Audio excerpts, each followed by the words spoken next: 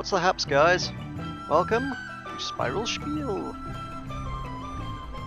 So, we're here at the start of the lobby, going down into depth number 1. We're going to do the entire thing. We're going to do Dauntless Delver today! Woo! Dauntless Delver! No, not really. I've done that before, I don't need to do it again. It's the cake event. That's what we're doing. We're doing cake. I have no plans to waste my mist energy on things that are not cake related, so we're going to go into the Clockworks and grind for cake, and you're going to watch. You have no choice, you are my prisoner, you will watch. So let's go on, let's go get some cake. So anyway, you're not here to watch me play the game, are you? You're here to watch me, listen to me talk, I guess. And I have got more to say about PAX East. Yes, we shall milk that one for all it's worth. I am not done squeezing content out of PAX East yet, because there is plenty more to talk about.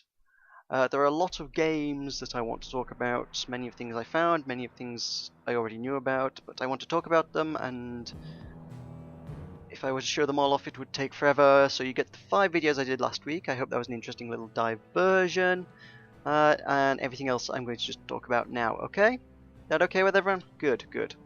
Glad that's okay.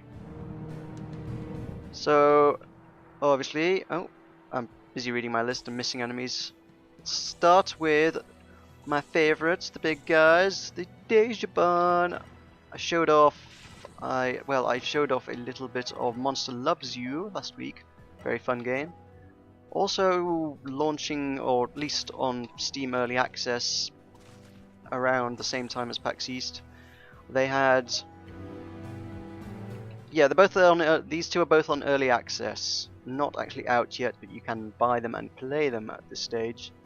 Is 1, 2, 3, kick it, drop that beat like an ugly baby. Actually, it might just be called Drop That Beat Like an Ugly Baby. They may have ditched the 1, 2, 3, kick it part. I'm not sure. I'm not certain at this stage. That game has actually been able to. That's been on Steam actually for 2 years now. Is it 2 years? Christ, it will be nearly 2 years, won't it? Good lord. Yeah, that game has actually been on Steam for about 2 years now, because that game kind of did an early launch as part of the Potato Pack. Do you remember the Potato Pack? Potato Pack was part of the Portal 2 launch. In my opinion, the best video game launch ever, actually. That thing was a lot of fun for all concerned, and anybody who wanted to be concerned could make themselves concerned, which was the fun of it. That was a really awesome bit of promotion, as well as cross-promoting a ton of indies. Yeah, that was cool, and Drop That Beat Like an Ugly Baby is kind of like, oh yeah, let's do an early launch for this game.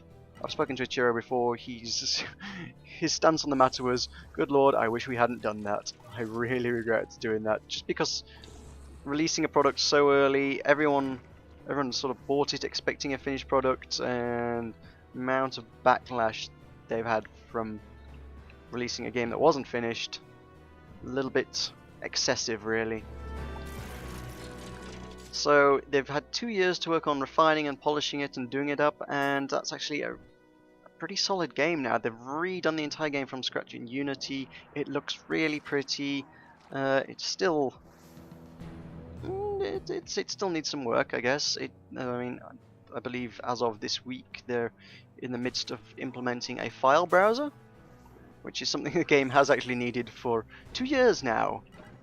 At the minute, the mechanics are well, if you don't know what it is, it's another foray into the rhythm genre. Reckless Disregard for Gravity, the base jumping and falling game. Falling is a part of base jumping, obviously. It's kind of that, but set to music, so it's like Audio Surf the Base Jumper, if you will. So yeah, obviously you need a file browser for that sort of thing to put your own music into. At the minute, it's drag and drop your music into the folder, which is clunky as hell. That is something I would like to do a bit of gameplay of. The only problem with that is music issues. I may have to just sort out a big folder full of royalty-free music and play them. Maybe. Matter of fact, I've got that much Dejabon stuff I want to play that I haven't yet played, or need to show off the latest version of, or what have you, that I may have half a mind to take another week out and just do a Dejabon week. I don't know how many people would care for that. I know I would care for it, but I don't know whether anyone else would. Because they have now hooked me up with Inago Rage, which I've been hounding Ichiro about for like 2 years now, if not more. So let's see. I've got Ugly Baby needs showing up. Drunken Robot Pornography has now got another update and is now on early release. I've done 4 videos of that now. Couldn't hurt to do the latest update, right? Yeah. Okay. So I could do Drunken Robot Pornography, Ugly Baby, Naga Rage, and they've done a lot of other older stuff that I've not shown off before. So yeah, I could just do like Dejaban a week, and I would be totally cool with that. Let me know what you think. So other guys from the Indie Mega Booth, smaller guys this time. A lovely couple from jolly old England. Well, the studio is one of them. I think the girl was from Germany. The guy was from England. They are Nyam Nyam, who I spent a good 2 days, despite wearing their badge as wearing one of their spare exhibitor badges as one of the volunteers. I genuinely thought they were called Nyan Yam because Nyan Cat. They are not. They are Nyam Yam with an M. Okay, that's enough of that. I'm going to go up and start all this again. See you at the top. Okay, so you know what I haven't done today? I haven't actually done the cake mission. Let's do Total Cake-tastrophe! Hello, Biscotti, again. Things are getting pretty bad down here. Use dark matter. Destroy the cute cakes. They've adapted birthday candles. Good, we know the spiel. Yeah, spiel. So yeah, Nyam Nyam is where we're at. Nyam Nyam. Nyam Nyam are doing a really cool game. Sadly, only for iOS. Later formats, maybe further down the line. But it is a point-and-click adventure, puzzle kind of thing, set in a kind of Japanese sort of papercraft pop-up book, a little bit origami kind of style, and that's really cool. The sort of papercraft styles are a really nice style, really different, and the puzzles are really cool because you're sort of flipping and changing the environment by pulling tabs and flipping the pages of the book and stuff, and by changing the environment you solve the puzzles and navigate your way around. That's really cool, that's really pretty, and I really, really wish I owned an iOS device just so I could play that. I may have to find someone who owns one and force them to cooperate with letting me play it. Something like that. Yes. Force them to cooperate. Also, in the Mega Booth, most of this is going to be Mega Booth, by the way, if you hadn't figured out. Also, Ronimo, who make Awesome Notes. Awesome Notes is... well, I was going to say Awesome Notes is awesome, but that's pretty much a given. It's kind of in the name. Ow. Stupid candles. That's a 2D side-scrolling Saturday morning cartoon style MOBA, which is cool. It's really, the style's brilliant, the music's fantastic, and the gameplay is a lot more accessible than something like League of Legends or Dota 2. Pretty much anyone can pick it up and just get stuck into it instead of, you know, getting shot down by a horde of angry teenagers who have spent far too long playing the game and will hate you for not being amazing at the game. You know, it's a pretty nice game to play. That is something I've said this before, I'm sure. I would dearly like to do a Let's Play as soon as I can Shanghai a couple of people into doing that with me. That will happen. I will have a nice 3-player co-op thing at some stage. Trinket Studios is next on my list. Trinket Studios had, oddly enough, 2 booths because they're in the Indie Mega Booth and the Indie Showcase. They were showing off 2 games. One was Color Sheep, which I already own on Android because I saw them listed on the Mega Booth website before PAX and decided to check it out. That's a really cool color matching game, which sounds That sounds terrible when I say it's a color matching game. It's not. It's really cool. It's sort of fast-paced, twitchy, kind of arcade, kind of high scoreboard kind of thing, and it's really addictive. And the style's beautiful. The sheep is adorable, and they were selling sheep plushies, and you know, if they'd had the rainbow one, I would have probably have bought it. They'd sold out of the rainbow sheeps. Oh well, never mind. Anyway, time to head on out and grab us some tokens. I guess I shall see you at the start of the next level. Okay, one moment. Heyo, back in the Clockworks. So also by Trinket Studios is their newer game, which is Orion's Forge, which I hadn't seen before. That's kind of the concept I have seen before. It's another one of those weird games that seems to have been sort of independently created as another really unique idea.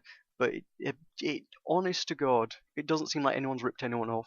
It's just kind of two people had the same interesting, unique idea at the same time and developed it.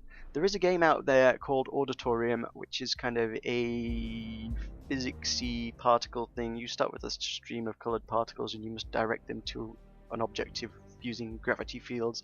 It's a little bit abstract, but that one's all about music and firing particles through music making things to make tunes, and that's cool. It's nice little game. Orion's Forge seems to be a bit more story based. The principle's much the same. You got particles, you direct them around a map, avoiding obstacles and things to try and get to where you're trying to get to. And when you get to where you're trying to get to, you win and get a bit more story. And that's cool. It's cool. I think that's worth a look. Auditorium was certainly an entertaining little diversion. Auditorium plus story definitely seems like a cool idea. Fire Hose Games, another one of the bigger ones actually. They are, I think, initially very much at the core of I think they're one of the main people responsible for the Indie Mega Booth existing. They had 2 games on show, both released on the Friday before PAX. You can buy them together for a nice discount as well. They're both on Steam. One was Go Home Dinosaurs, the other is Slambolt Scrappers. Slambolt Scrappers, I'm not qualified to talk about at any great length. It's sort of it seems to be a sort of competitive puzzler thing. At a glance, it may appear to have sort of roots in your Bubble Bobble type of thing, but I could be entirely wrong on that, and I wouldn't take my opinion as any kind of gospel there. I'm probably wrong. Go Home Dinosaurs I have played. That was on beta on the Chrome store, actually, oddly enough, ages ago. And it's a really charming, cutesy, fluffy creatures versus dinosaurs themed tower defense game. You play like a squirrel who's having a barbecue, and the dinosaurs want to eat your barbecue, so you must stop the dinosaurs. Obviously, you must make the dinosaurs go home, as it were. Come on, one of you let me hit you. There you go. You and you. Ha! So honestly, it's very much so far so tower defense. You know, a lot of those games are a bit. You played one, you played them all. But if you're a fan of the genre, it's certainly probably worth checking out. If you're completely sick and tired of the genre, you're probably not going to get as much out of it. Let's be honest. You're playing a game which you're already pretty much committed to dislike. Oh, come on, how did I miss you? You're pretty much already committed to disliking, so I guess give that a miss. I don't like advocating not buying games, but yeah, fair. I think that's fair on that one. A game I didn't get to try out. I was just kind of... Ooh, hello, this is Cake, obviously. I'm just kind of wandering straight in there, but I should point out, this is Cake. If you don't know what Cake is, this is it. I hope you know what Cake is. So, yeah, Pixelscopic was a booth that I was sort of stationed outside of for some considerable time, so I saw a lot of people playing the game without ever actually getting to try it myself. It's a... It harkens back to the old 2D Legend of Zelda games, like on the SNES kind of eras, that sort of thing. Sort of the top-down dungeon crawler thing. So that's the first thing it's most obviously like, but they got some interesting physics going in there.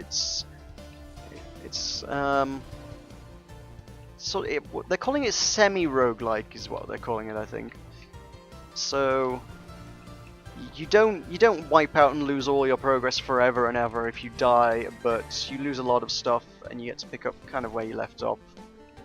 There are fully roguelike modes in there, so you can keep. So you know, if you like being super hardcore about it, you can do that. They recently finished Kickstarter like a few days before PAX, hitting like 200% of their goal. So there's lots of cool extra stuff that's getting added. That's going to be cooperative now, and all around it's got a cool style as well. Yeah, all around it just generally looks like a really cool game. I think they're aiming for October 2013 launch on pretty much every format there is, including the Ouya. So good on them. That's pretty good. Yeah. I think that's well worth checking out. Oh, I say every format ever, including the Ouya, but I think the mobile and by extension Ouya versions are going to be a little bit later. I think they're looking for sort of early to mid into 2014 for the mobile versions. The Mac, Windows, Linux versions will be later this year. And I think that's definitely one to watch for this year. I think that looks really pretty cool. Disco Pixel was a booth that I probably walked past several times and didn't really think to any great extent to check out. It just looked a bit weird. And then the guy whose name is Trevor, I think? Yeah, Trevor cornered me as I was going past with the invitation of, "Would you like to touch my monkey?" Well, who could refuse who could honestly refuse an invitation like that? Certainly not me. I'm not going to turn down any opportunity to touch some monkeys, if you know what I mean.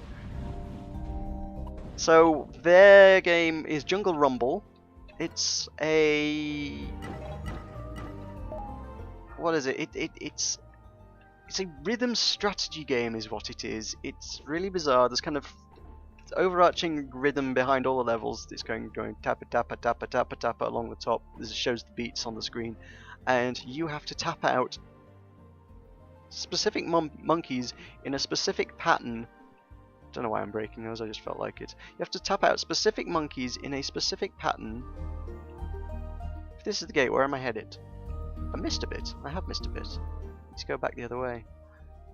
You have to tap out monkeys in a particular pattern to attack other monkeys and advance and defeat the enemy monkeys. It plays a little bit like no, I was going to say Osmos. It's not Osmos. What is it?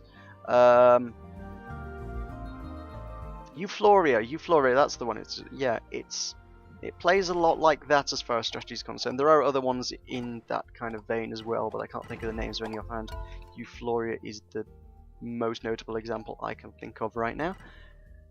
So if you like those kind of games, it's cool, and it's just an interesting new twist on it. It was surprisingly addictive and fun. Yeah, I think that's going to be a good one. I might be wrong on this, and I can't find any evidence to support one way or the other on the internet. I think that might be another iOS only one, sadly. Otherwise that'd be a pretty cool one to check out. For me anyway. If you own an iPhone, great, go for it. If you own an iPod, wonderful, go for it. If you're like me and all you have is an Android phone, sorry. One thing I will note about Disco Pixel is sign up to their newsletter, just do it.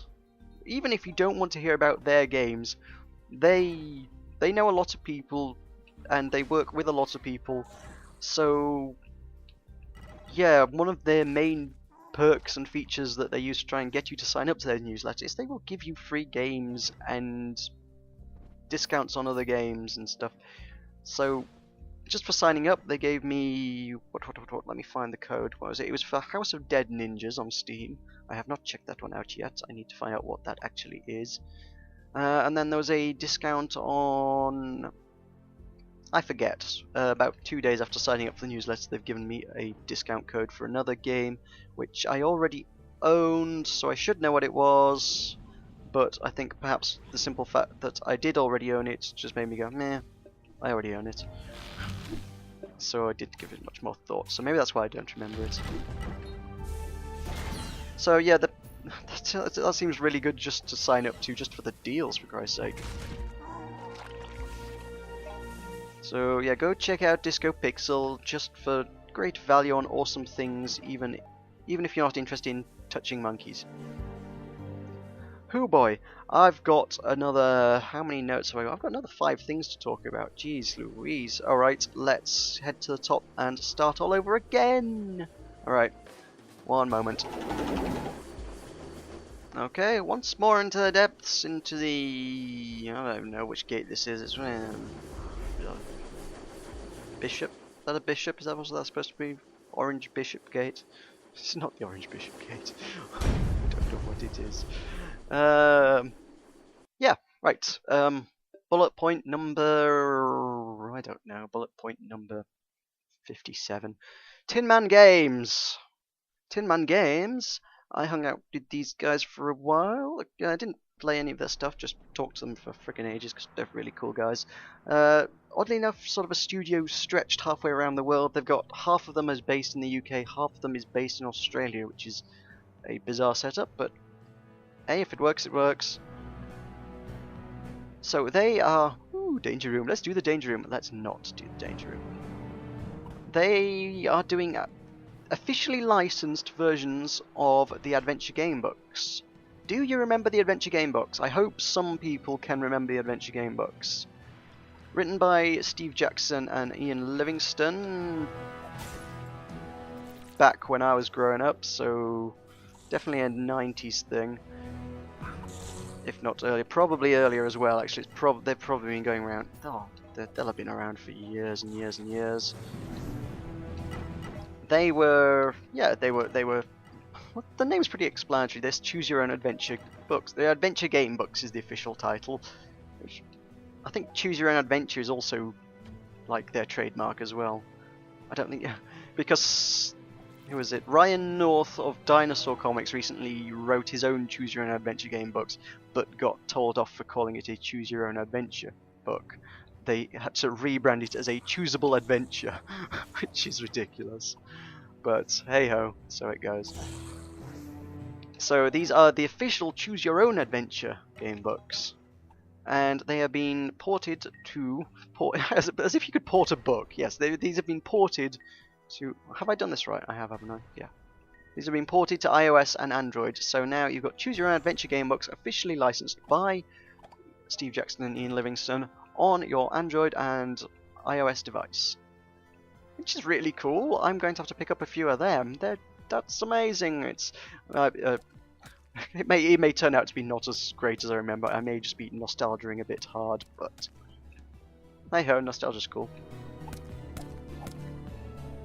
They're also written, or again ported, Trial of the Clone, which is another Choose Your Own Adventure type thing, written by Zach Weinersmith.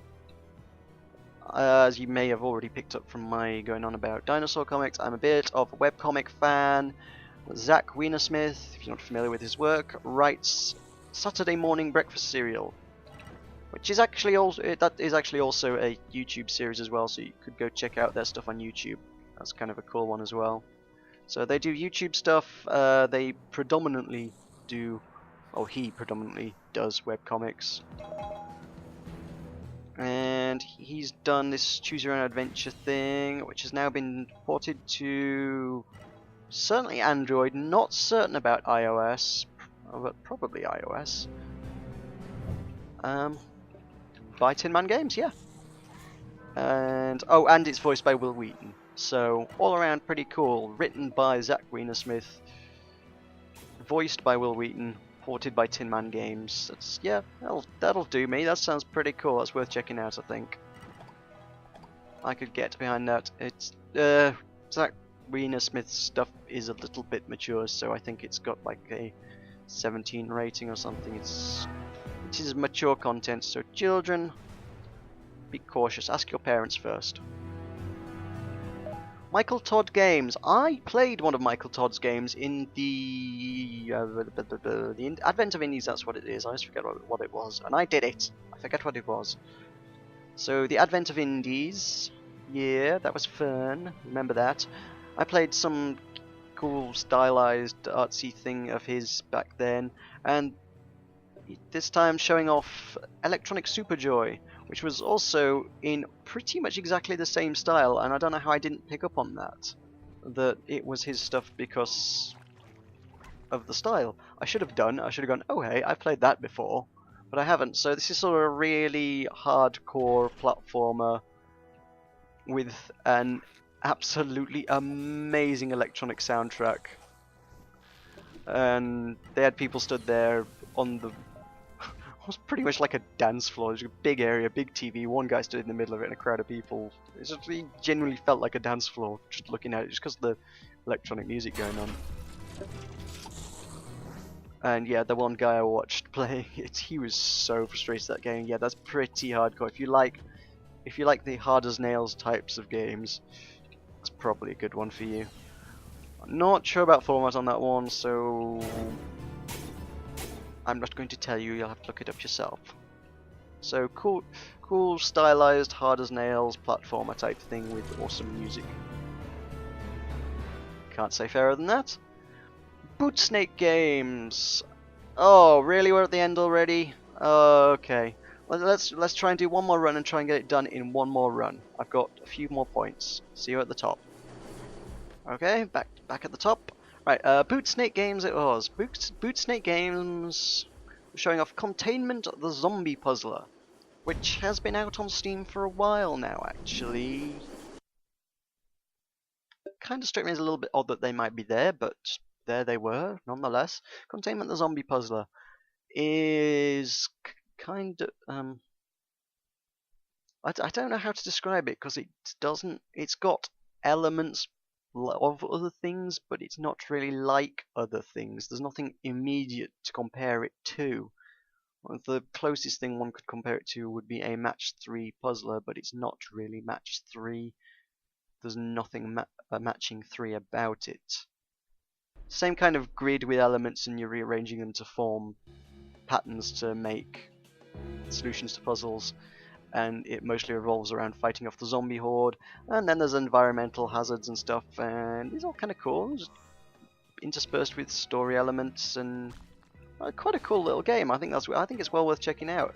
The reason I mention it is because it's kind of a sad thing, really. Ooh. Hello. Bit of a lag spike, I guess. There. What? Don't know what that was. Yeah, the reason I mention it is a slightly sad tale, I'm afraid. Rather crushing the idea of indies for me.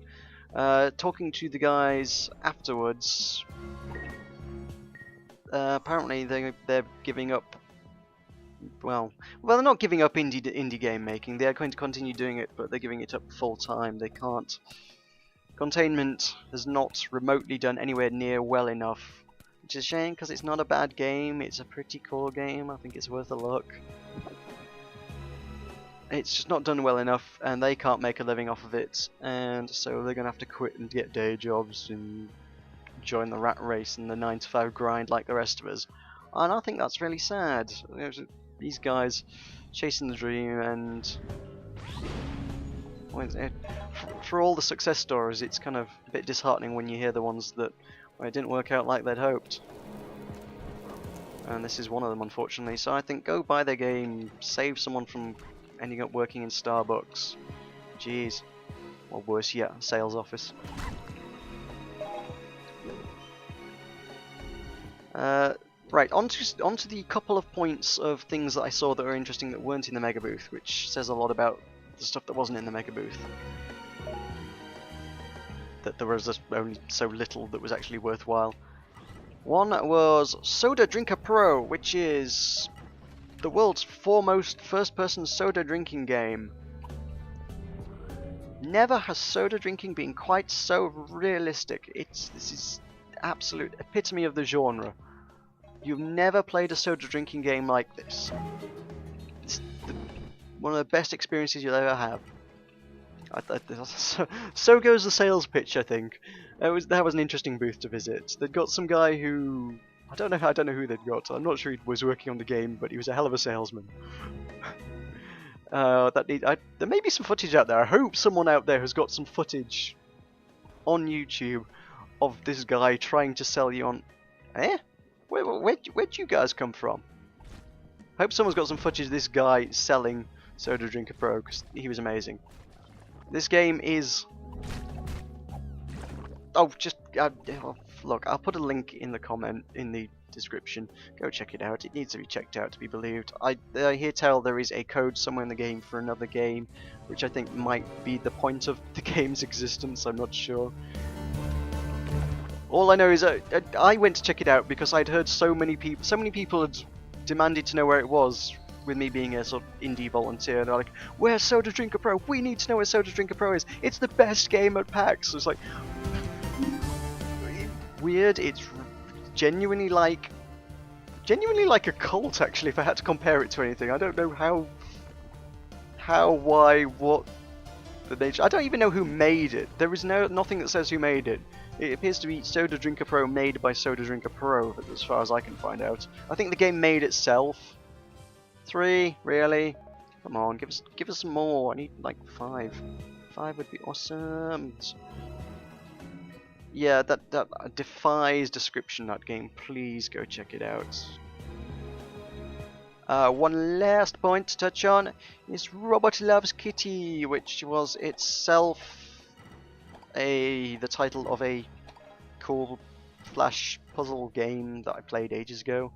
They appear to be a studio in their own right now. They're making a game called Legend of Dungeon, which is supposed to be ironically generic, I think. That seems to be the idea. Which is a 4-player cooperative roguelike beat-em-up with dynamic lighting on pixel art. And if that sounds a little bit absurd and complex, it's because it kind of is. The idea of a 4-player roguelike in the first place is a bit odd, and because, you know, what happens when you die? What, you just gotta sit and wait for everybody else to finish?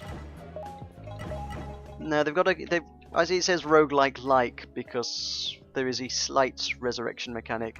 You can revive a player by playing hard enough and well enough, but it's very, very resource intensive, and the more you die, the harder it gets to revive. So it's roguelike-like is what it is. Then the beat 'em up, no, not the beat 'em up. The beat 'em up's not the interesting point. Read the right bullet point. Read the right bullet point. Dynamic lighting on pixel art. Again, that's why am I? These things can't hurt me. I don't know why I'm shielding all the time. Yeah, as if that wasn't a weird idea. They've actually pulled it off. That actually kind of works. Somehow. I can't figure that one out. Yeah, if you carry a torch around, different bits of pixel art get lit up. Wait, what? Hang on. And spells and things light up bits of the scenery, and it's still pixel art, and just getting your head around that's like, how is this working? It doesn't seem like this should be what. Oh right, yeah, you can do that for me. That would save me a lot of trouble. Thank you. And boom, you are dead, sir. Boom, you are dead, sir. Boom, you are dead, sir. Cool. So yeah, I think that's worth checking out. It's just for how different it is. It's just a really cool concept. They've done a lot of interesting things really quite well there. And that's a nice coincidence because we're at the end of the level. Hooray! All the interesting things that I needed to talk about are successfully talked about. I hope. If they're not, I will talk about them next week and we will still drag this out further. Ha ha ha ha. Anyway, yeah, okay, thanks for watching. If you got something you want me to talk about, or questions, comments, please leave them in the comments. Please leave a like. Likes are always very much appreciated. Favorites even more so. And if you're not subscribed to the channel, please do so now. I make videos 5 days a week and you'll want to watch them all, I can assure you. So thank you, and I shall see you next time. Oop, almost forgot my sword thing. Thank you, and I shall see you next time.